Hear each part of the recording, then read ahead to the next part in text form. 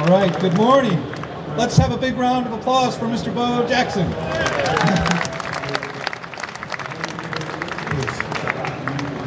It's a thrill to be here. We're so excited to be at Graph Expo 2010, and we have a little Xerox tradition where we start all of our events off by thanking our Xerox customers. We totally appreciate what you do for us. We're dedicated to you, and we hope that there's going to be lots of learning and lots of ways to grow your business out there. So, and if you're not a Xerox customer yet, we hope that you'll be able to take a lot away for your business so that we're going to have a great 2010 and a great 2011.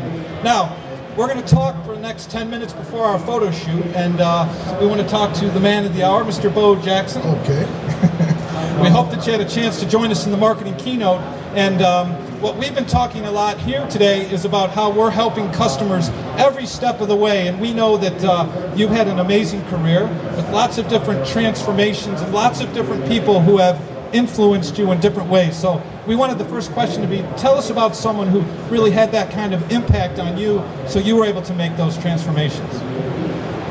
Well, the person that impacted me most, I have to say it was my mother. Just growing up where I grew up in the environment, I'm the 8th of 10 kids, and my mother raised all 10 of us by herself. So if I was going to have someone in my life as a role model, it had to be my mother. She kept me on that straight path, didn't let me veer off that road, not a one time. And whenever I did, I got reprimanded. And being from the South, the word reprimanded is that's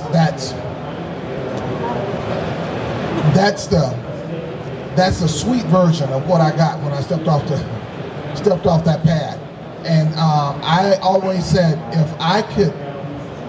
if my mother could raise 10 kids in a 3-room house with outdoor plumbing in rural Alabama and have all of us to grow up to be successful, then the things that I'm doing in my life is very easy, very simple. So it had to be my mom. Mom always gets top billing, doesn't she? All right, that's great. So, Bo, this morning you spoke at the marketing keynote, and obviously your mother raised you very well because clearly you don't like to talk about your personal accomplishments too much. But decision making is obviously something that's any parent would have to teach, and that you've made some big decisions in your life.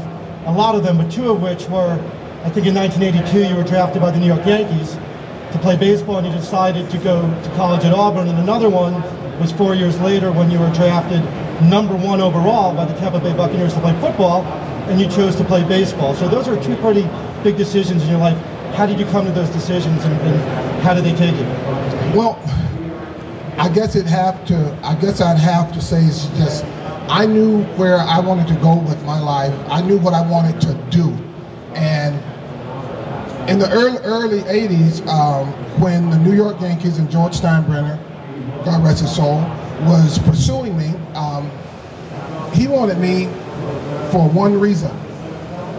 And I knew that at being 18. I knew that he wanted me because he wanted to have the only Major League Baseball team where all 3 outfielders was named Jackson.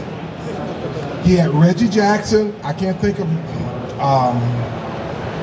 the other Jackson, and he wanted Bo Jackson in center field. And all my life I've been telling my mother that I wanted to go to college, that I was going to college, or I was going to go to the military to fly jets. And at that point, I had almost every Division I college in the country scouting me to come to their university. And I said, well,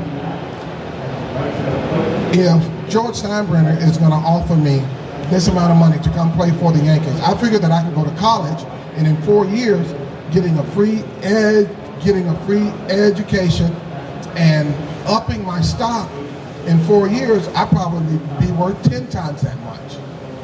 So after I told George Steinbrenner no, and George Steinbrenner don't like to be told no, as everybody knows, I decided to go to Auburn, and the rest is history. Now, to answer your second question about why I turned down Tampa Bay Buccaneers. Buccaneers. If anybody go back and check the history of the Tampa Bay Buccaneers from in the early 80s up to 85, in 3 or 4 years, they won like 2.5 games. And I went there to visit, and some of their veteran players, they took me out. It was their job to convince me, hey, this is a great place to come and play with us, we're gonna have a good time. Well, some of those players that had been there for a long time, they said, look, man, and my mind was already made up. I just took the trip to get away.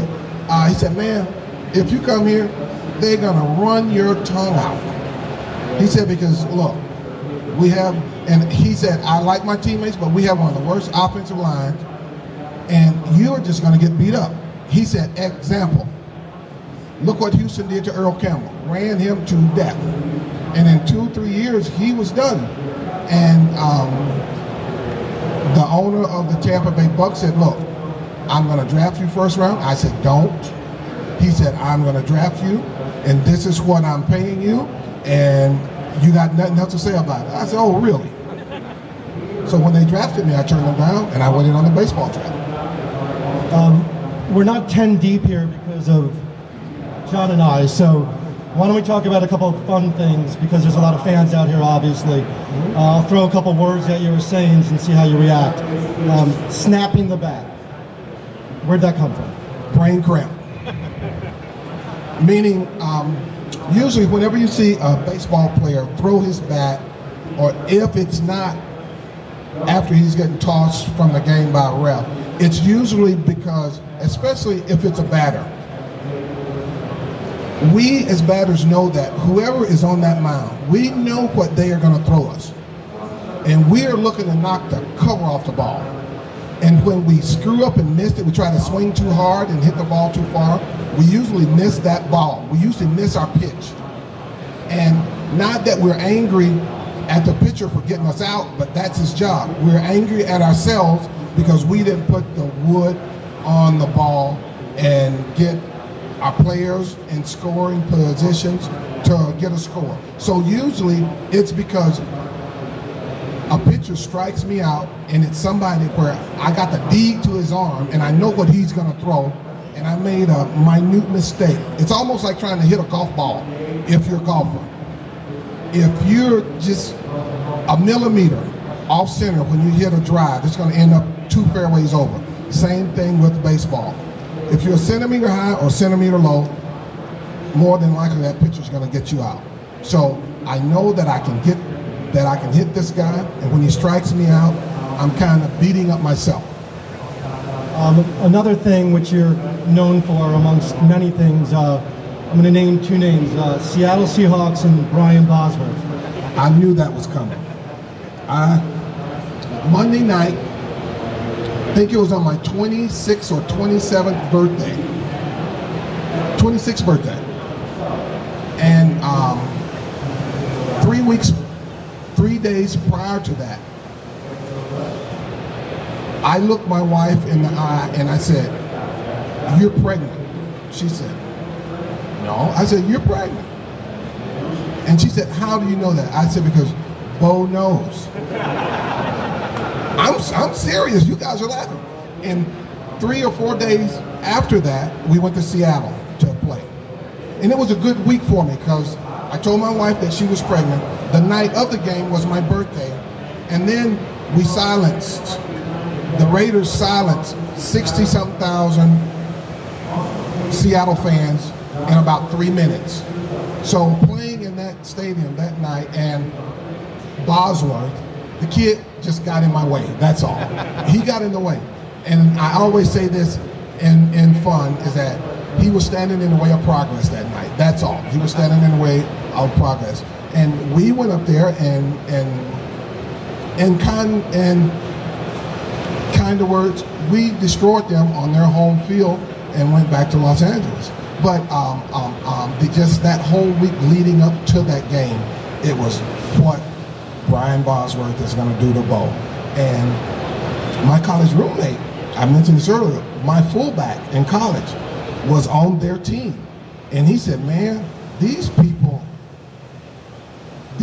won't blood. Said they want you, and Boz is going to do this, and Boz is going to do that to you, and I just said, well, hey, I'll see you all on Sunday night. And like everything else, we got up there, not me, but the reason I was successful that night is because my teammates helped me get to where I needed to be that night. And even if it was just standing in front of that defensive player for a split second, that gave me the opportunity to get outside and run to the goal line.